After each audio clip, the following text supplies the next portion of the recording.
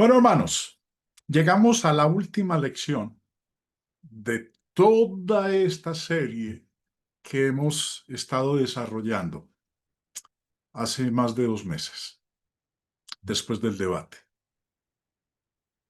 Y siempre había pensado en exponer de último estas palabras del Señor en respuesta a la pregunta que le hicieron los escribas y los fariseos la última semana antes de ser crucificado, cuando les dijo: al principio no fue así. En la parte final de estas 4 lecciones, porque ya hemos visto 3, esta es la cuarta, quiero recordar lo que dice en Mateo 19, versos 7 y 8. Previamente han venido los escribas y los fariseos y le han preguntado al Señor si es lícito al hombre repudiar a su mujer por cualquier causa. El Señor entonces, en su respuesta, les dijo: ¿Qué escribió Moisés? Cuando el Señor o ellos se inquietan ante la respuesta del Señor, le dijeron: ¿por qué pues mandó Moisés dar carta de divorcio y repudiarla? Él les dijo: por la dureza de vuestro corazón, Moisés os permitió repudiar a vuestras mujeres. Mas al principio no fue así. Hemos visto o hemos estado viendo desde el martes que empezamos esta parte de al principio no fue así. Hemos querido entender o saber qué significa esas últimas palabras del Señor, mas al principio no fue así. ¿Cómo es que la interpretan la mayoría? Muchos interpretan esas palabras del Señor como que toda la humanidad, con la excepción de Israel, está sujeta a Génesis 2:24, a lo que Dios dijo al principio, y que es vinculante, que es obligatorio, y va a ser así hasta la segunda venida de nuestro Señor Jesucristo. Por eso no es extraño cuando uno está hablando y compartiendo con hermanos o aún en estudios, escuchar a hermanos hacer hincapié, mucho énfasis en esas palabras del Señor de Mateo 19:8, cuando Él les dijo: mas al principio no fue así. Y de esa manera, aquellos que presentan esas palabras del Señor la presentan como argumento de que no puede haber divorcio, de que no puede haber segundas nupcias, de que ni siquiera la viudez, la muerte de uno de los cónyuges, permite que uno se vuelva a casar. Vamos a retroceder un poco y a retomar de lo que hemos visto en las 3 lecciones previas. Si fuera cierto que Génesis 2:24 es obligatorio, es vinculante hasta la segunda venida del Señor, entonces, hoy día ninguno se puede volver a casar si enviuda. Pablo había dicho en Romanos 7:2 y 3, porque la mujer casada está sujeta por la ley al marido mientras éste vive. Pero si el marido muere, ella queda libre de la ley del marido. Así que si en vida del marido se uniere a otro varón, será llamada adúltera. Pero si su marido muriere, es libre de esa ley, de tal manera que si se uniere a otro marido, no será adúltera. Si Génesis 2:24, hoy, siglo XXI, año 2025, es vinculante, es obligatorio, entonces ninguna persona que enviude puede volverse a casar. Porque al principio no fue así. Al principio no había muerte. Pablo vuelve y repite en Primera de Corintios 7:39, la mujer casada está ligada por la ley mientras su marido vive, pero si su marido muriere, libre es para casarse con quien quiera, con tal que sea en el Señor. Si Génesis 2:24, y voy a ser reiterativo en lo que sigue en el estudio, citando Génesis 2:24. Que es lo que el Señor dijo en Mateo 19:8. Al principio no fue así. Al principio no había muerte. Al principio no había viudez. Ahora, si Génesis 2:24, como era al principio, es vinculante, es obligatorio, entonces ninguna persona que enviude puede volverse a casar.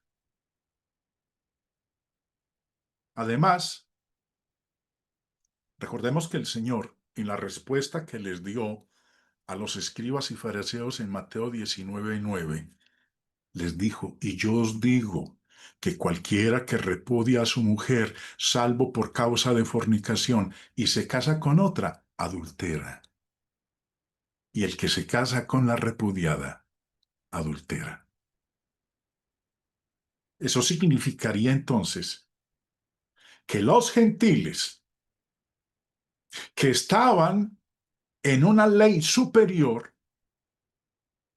que era la del principio, mas al principio no fue así, descendieron de una ley superior a una ley inferior.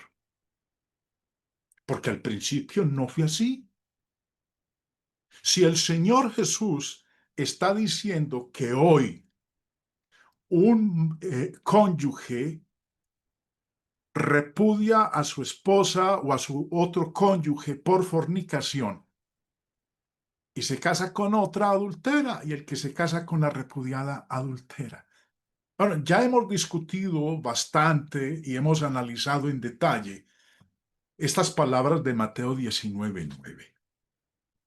Ahora, si esto es una ley inferior y la superior era la del principio, entonces el Señor Jesús nos ha transferido de una ley superior a una ley inferior. El nuevo matrimonio por motivos de fornicación. Hablemos de los patriarcas. Hemos visto y hemos demostrado que los patriarcas, al menos desde Abraham en adelante, no estaban sujetos a lo que Dios dijo al principio, a Génesis 2:24.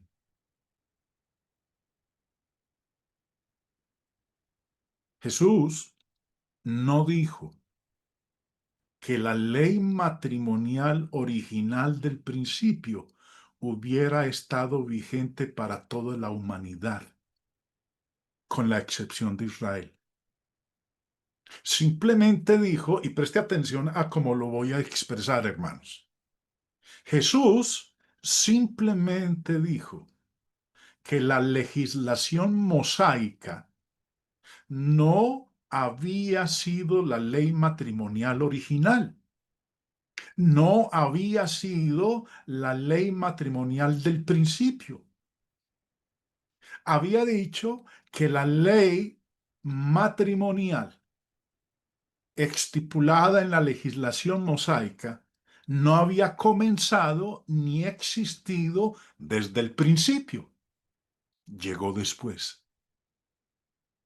Ahora, con eso el Señor no está negando la aplicación o esté diciendo que es incorrecto o contrario a las escrituras aplicar la ley de Moisés con respecto al matrimonio, el divorcio y las segundas nupcias. ¿Cómo es la forma como lo toman los hermanos cuando Jesús dice, mas al principio no fue así? Lo toman como si el Señor Jesús estuviera borrando y prohibiendo la ley mosaica con respecto al matrimonio, el divorcio y las segundas nupcias. Vuelvo y repito lo que dije hace un momento para que usted lo recuerde bien. Jesús no está diciendo en Mateo 19 que la ley matrimonial original del principio estuviera vigente para toda la humanidad, con la excepción del pueblo de Israel. Simplemente dijo que la legislación mosaica no había sido la ley matrimonial original, no había comenzado ni existido desde el principio. Esa ley llegó después. El Señor no está mencionando las condiciones en los días de Abraham.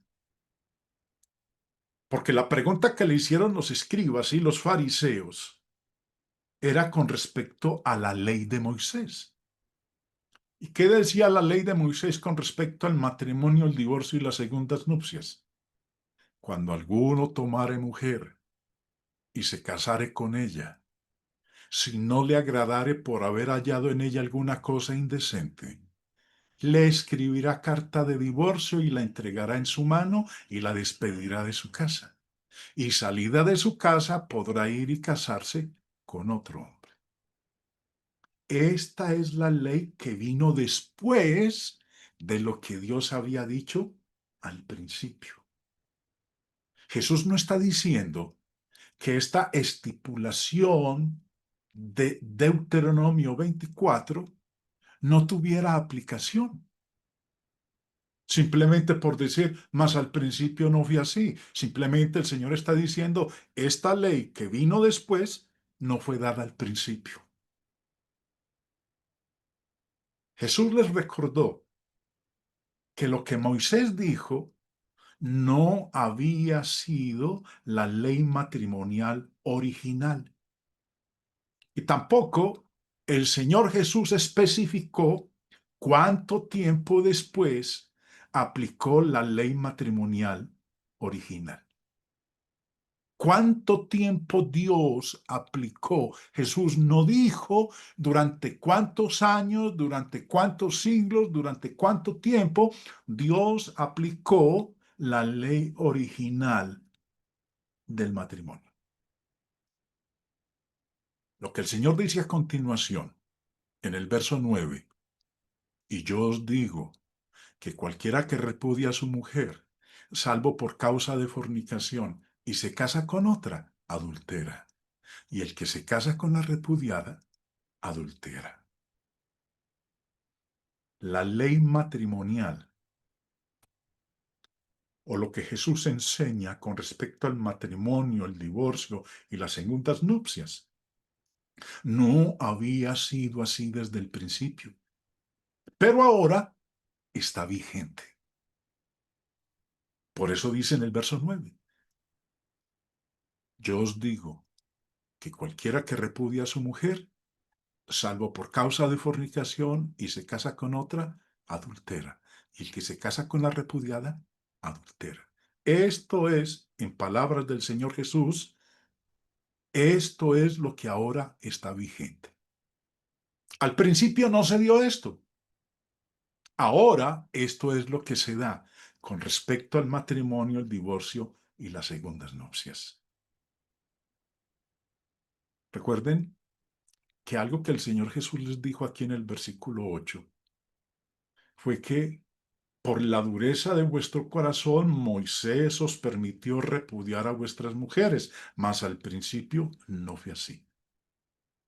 Equivocadamente uno escucha a hermanos explicar que por la dureza de vuestro corazón quiere decir que ellos por su terquedad, por su capricho, por su obstinación, entonces Moisés tuvo que ceder y permitir que el hombre repudiara a su mujer.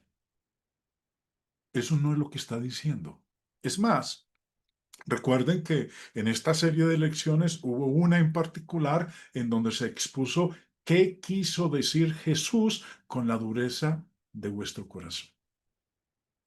Si comparamos las palabras del Señor de Mateo 19:8 con lo que dijo Moisés en Deuteronomio 24:1, porque el Señor está citando en Mateo 19:8 lo que dijo Moisés en Deuteronomio 24, y Jesús les dijo por la dureza de vuestro corazón. Pero cuando dijo por la dureza de vuestro corazón, ¿a qué se estaba refiriendo con esa expresión? Bueno, a lo que dijo Moisés en Deuteronomio 24:1: cuando alguno tomare mujer y se casare con ella, si no le agradare. ¿Qué es eso de si no le agradare? Que en palabras del Señor fue por la dureza de vuestro corazón. Vuelvo y repito, algunos interpretan erradamente que la dureza de vuestro corazón quiso decir terquedad, obstinación, capricho. Eso no es verdad. Moisés dijo si no le agradare. El equivalente a no le agradare es por la dureza de vuestro corazón.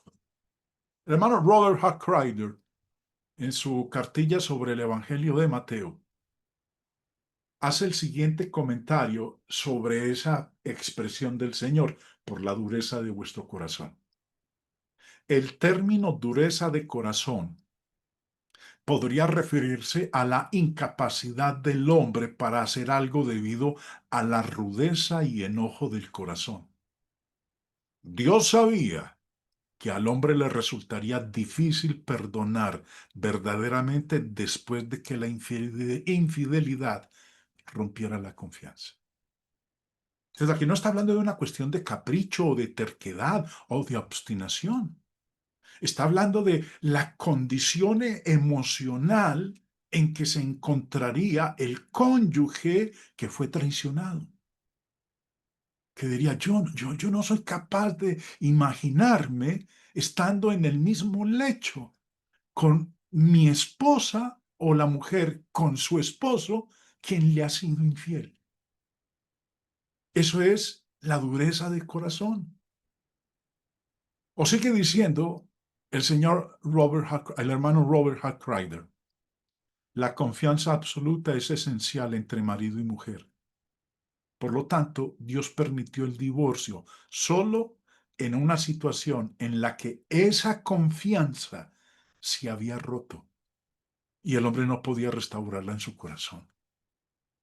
La infidelidad sexual no implica necesariamente el divorcio ni disuelve automáticamente el matrimonio. Sin embargo, en caso de que el pecador se niegue a arrepentirse o de que el cónyuge inocente tenga dureza de corazón, se permite el divorcio. Y recuerden, dureza de corazón no significa terquedad, capricho, obstinación. Dureza de corazón significa que el hombre o la mujer, después de que ha sido traicionado por su cónyuge en quien tenía confianza, no es capaz de seguir viviendo con esa persona. Por eso dice, si no le agradare, dureza de corazón. Pero los invito, hermanos, para que ustedes se remitan al video en YouTube, en donde está expuesto más ampliamente qué quiso decir Jesús con por la dureza de vuestro corazón. Moisés reguló el divorcio hasta cierto punto, pero el divorcio era algo que ya el pueblo de Dios lo practicaba antes de que Moisés diera la regulación con respecto al matrimonio, el divorcio y las segundas nupcias. Recordemos también que el Señor Jesús no estaba hablando a los gentiles, no estaba hablando de los patriarcas antes de la ley. Cuando habló de la ley de Moisés en Mateo 19, habló de aquellos bajo esa ley. bajo la ley de Moisés. Ahí el Señor no está tocando a los patriarcas, el Señor no está incluyendo en su declaración a los gentiles, está hablando específicamente en el contexto a aquellos que habían preguntado por lo que decía Moisés. Pregunta,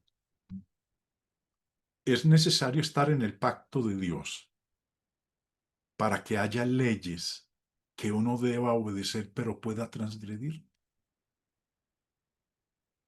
Muchos presentan Génesis 2:24 como la ley superior, la ley magna, y que no seguir esa ley y seguir otra es pasar de una ley superior a una ley inferior. Entonces, lo que el Señor dijo en Mateo 19:9, para muchos es una ley inferior. Y la que nos gobierna a nosotros es la ley superior.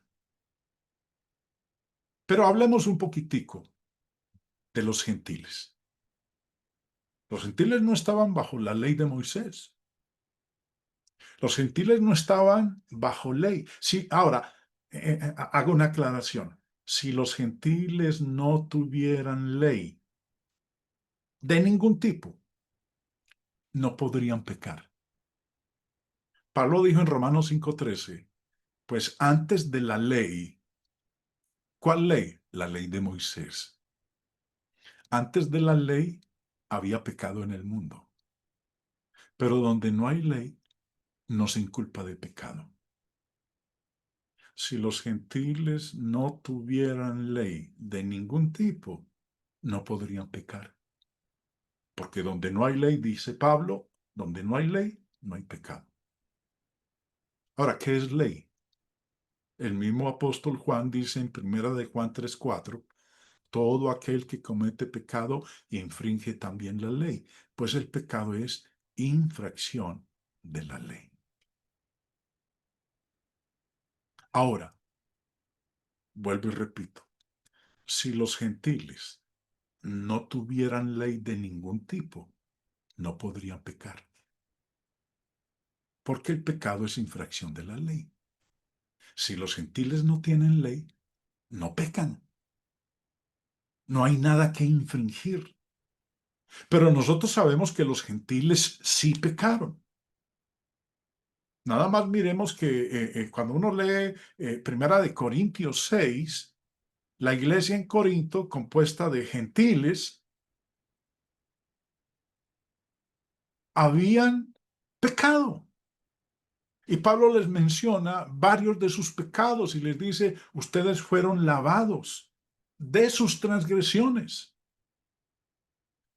Ahora, lo interesante es que antes de ellos entrar a formar parte del pueblo de Dios, de la iglesia en el Nuevo Testamento, de entrar al pacto del Nuevo Testamento, los gentiles estaban bajo ley.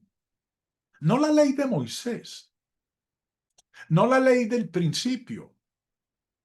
Dice el apóstol Pablo en Romanos 2, refiriéndose específicamente a los gentiles, porque cuando los gentiles que no tienen ley, o sea, pues la ley de Moisés, porque ellos no estaban bajo la ley de Moisés, hacen por naturaleza lo que es de la ley, estos, aunque no tengan ley, la ley de Moisés, son ley para sí mismos, mostrando la obra de la ley escrita en sus corazones, dando testimonio a su conciencia y acusándoles o defendiéndoles sus razonamientos. Aquí el apóstol Pablo nos está mostrando que, muy bien, los gentiles no están bajo la ley de Moisés. Los gentiles no están bajo la ley del principio, pero tienen ley. Una ley escrita en sus corazones. Que esa ley escrita en sus corazones es la que se va a encargar de acusarlos o defenderlos cuando el Señor retorne por segunda vez. Vuelvo y repito, esto no significa que los gentiles tuvieran todas las leyes que los judíos tenían. La ley de los gentiles era una ley escrita en sus corazones, a diferencia de los judíos, que ellos sí tenían una ley escrita. Romanos 3 dice el verso 1 y 2. ¿Qué ventaja tiene pues el judío? ¿O de qué aprovecha la circuncisión? Mucho, en todas maneras. Primero, ciertamente que les ha sido confiada la palabra de Dios. Los gentiles podían saber que la idolatría era mala, pero esto no significaba que cada ley que tenían los judíos tenía su paralelo en una ley que tenían los gentiles. Ahora, los judíos vivían bajo una ley matrimonial más permisiva que la de Génesis 2:24, la del principio. ¿Cuál era la ley matrimonial bajo la que vivían los judíos? Deuteronomio 24. Vamos a leerlo. Cuando alguno tomare mujer y se casare con ella, si no le agradare por haber hallado en ella alguna cosa indecente, le escribirá carta de divorcio y se la entregará en su mano y la despedirá de su casa. Y salida de su casa podrá ir y casarse con otro hombre.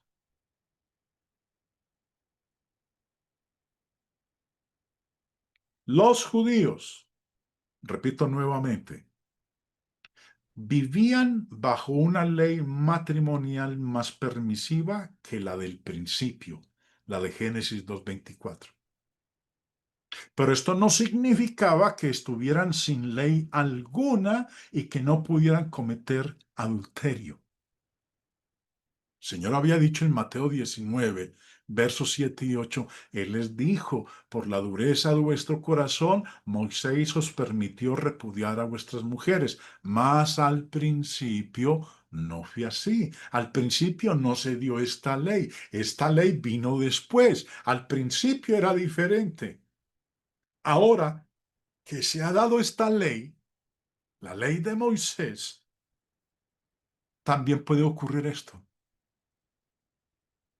Yo os digo que cualquiera que repudia a su mujer, salvo por causa de fornicación, y se casa con otra, adultera, y el que se casa con la repudiada, adultera. O como lo declaró en la entrega de los 10 mandamientos, dice Deuteronomio 5:1, llamó Moisés a todo Israel y les dijo, oye, Israel, los estatutos y decretos que yo pronuncio hoy en vuestros oídos, aprendedlos y guardarlos para ponerlos por obra. No cometerás adulterio. El hecho de que ellos vivieran bajo una ley más permisiva que la del principio no significaba que estuvieran sin ley alguna y que no pudieran cometer adulterio. Los patriarcas. Los patriarcas estaban sujetos a una ley inferior. Ellos no estaban sujetos a la ley superior. Dejará al hombre a su padre y a su madre, se unirá a su mujer y serán una sola carne. Esa era la ley del principio, la ley superior. Pero ellos no estuvieron bajo esa ley superior, ellos estuvieron, por decirlo así, en una ley inferior. Algunos de ellos tenían más de una esposa. Génesis 4 dice, y Lamec tomó para sí 2 mujeres.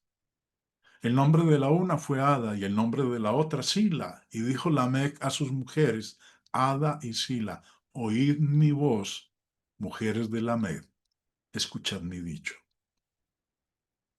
Ahora, Lamec no es el único caso de un hombre teniendo 2 esposas.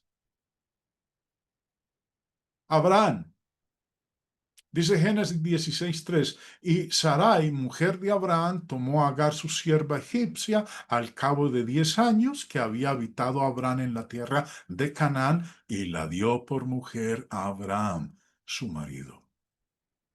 Abraham se casó con Agar, dos esposas entonces. Eso, así no era el principio. Pero aquí tenemos a Abraham regido por una ley inferior, en donde se permite tener varias esposas. Sin embargo, Génesis 21:14. Ahora, no solamente tuvo Abraham dos esposas. Génesis 21:14 dice, entonces Abraham se levantó muy de mañana y tomó pan y un odre de agua y lo dio a Agar, poniéndolo sobre su hombro, y le entregó el muchacho y la despidió, y ella salió y anduvo errante por el desierto de Beerseba. ¿De qué está hablando aquí Génesis 21? De que Abraham se divorció de Agar. Pero al principio no era así. Ahora, ¿qué quiere decir eso? Que Abraham no estaba regido por la ley superior, la ley del principio, estaba regido por una ley inferior.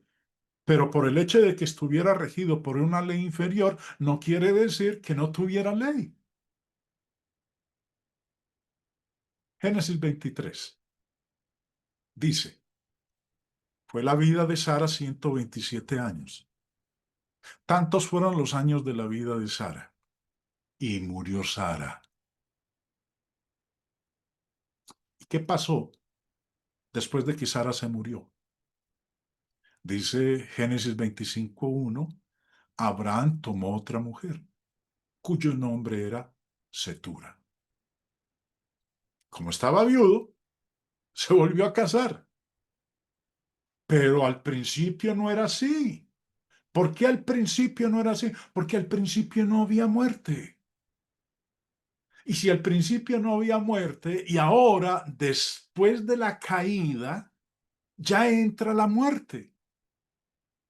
¿Y qué ocurre? Que esa ley del principio, una ley superior cuando no había muerte, ya no regía sobre Abraham, no regía sobre los patriarcas. Ahorita regía una ley inferior a la del principio, pero que era una ley bajo la cual estaban los patriarcas. Abraham no solamente tomó otra mujer, dice versículo 23 y 24. Y Betuel fue el padre de Rebeca. Estos son los 8 hijos que dio a luz Milca de Nacor, hermano de Abraham. Recuerden que Rebeca es la esposa de Isaac, el hijo de Abraham y de Sara. Y hablando del padre de Rebeca, Betuel, nos dice en el 24 que él tenía una concubina. O sea, no solamente tenía a su esposa, sino que también tenía su concubina. Al principio no fue así. Antes de que entrara el pecado, antes de que entrara la muerte, el marido no tenía concubinas. O concubina, tenía solamente su esposa original, la mujer del pacto. Ahora, ¿qué nos está mostrando Génesis 22 con respecto a Betuel, el papá de Rebeca? De que la ley superior, la ley del principio, no era vinculante en el tiempo de los patriarcas, porque aquí vemos que él tiene su concubina. También aprendemos que incluso en esa época, después de la caída, era pecado contra Dios que un hombre tomara la esposa de otro. El caso de Faraón. Dice Génesis 12. También la vieron los príncipes de Faraón y la alabaron delante de él. Y fue llevada la mujer a la casa de Faraón. ¿Y para qué fue llevada a la casa de Faraón? Para convertirla en su esposa. Mas Jehová hirió a Faraón y a su casa con grandes plagas por causa de Sarai, mujer de Abraham. ¿En qué consistía el pecado? En que Faraón se iba a casar con una mujer que tenía marido vivo. El pecado no era en tomar una esposa, porque Faraón tenía muchas esposas. El pecado consistía en que él iba a tomar por esposa a una mujer que tenía esposo. ¿Por qué dijiste, es mi hermana poniéndome en ocasión de tomarla para mí por mujer? Recuerden que la expresión tomarla para mí por mujer, lo expliqué en una de las lecciones anteriores, significa casarse. ¿Cómo termina diciendo Faraón a Abraham? Ahora pues, he aquí tu mujer, tómala y vete. El pecado no era en que Faraón tuviera otra esposa a más de las que ya tenía. El pecado consistió en casarse, en querer casarse con una mujer que tenía marido. Al principio no fue así. Después de la caída, vemos nosotros que era pecado contra Dios que un hombre tomara la esposa de otro. Génesis 20. Vuelve y se repite la misma situación, pero en este caso con Abimelech. Dice el versículo 2 y 3 de Génesis 20. Y dijo Abraham de Sara su mujer, es mi hermana. Y Abimelech, rey de Gerar, envió y tomó a Sara. Este sí alcanzó a casarse con ella, pero no alcanzó a tener relaciones íntimas con ella. Pero Dios vino a Abimelech en sueños de noche y le dijo, he aquí muerto eres a causa de la mujer que has tomado, la cual es casada con marido. El pecado no era que Abimelech se fuera a casar con otra mujer. El pecado era en que se iba a casar con otra mujer que estaba casada con marido.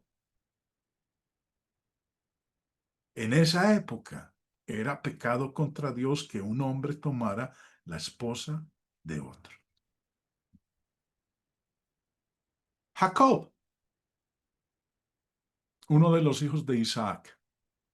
Recuerde que Jacob tuvo dos hijos, Isaac tuvo dos hijos, Esaú y Jacob.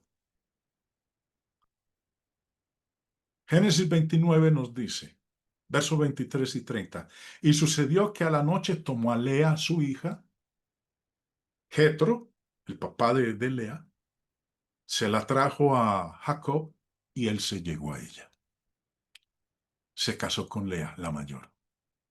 Verso 30, y se llegó también a Raquel y la amó también más que a Lea y sirvió a Labán aún otros 7 años.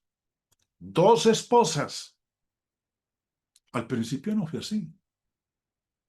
Al principio era un matrimonio monógamo, no polígamo. Pero vemos aquí como en el caso de Jacob, Jacob no estaba regido por Génesis 2:24, lo del principio. Ahorita está regido por una ley inferior en donde se permite que tenga varias esposas. Lo interesante es lo que nos dice el Señor en Mateo 8:11. Y os digo que vendrán del oriente y del occidente y se sentarán Abraham y Jacob en el reino de los cielos. ¿Se salvaron Jacob y Abraham? Sí, van a estar en el reino de los cielos.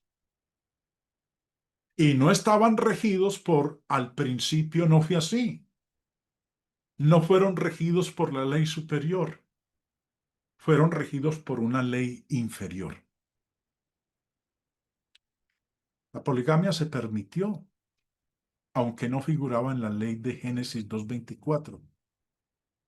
Y no hay registro que indique cuándo Dios la autorizó y toleró por primera vez entre su pueblo. Hermanos,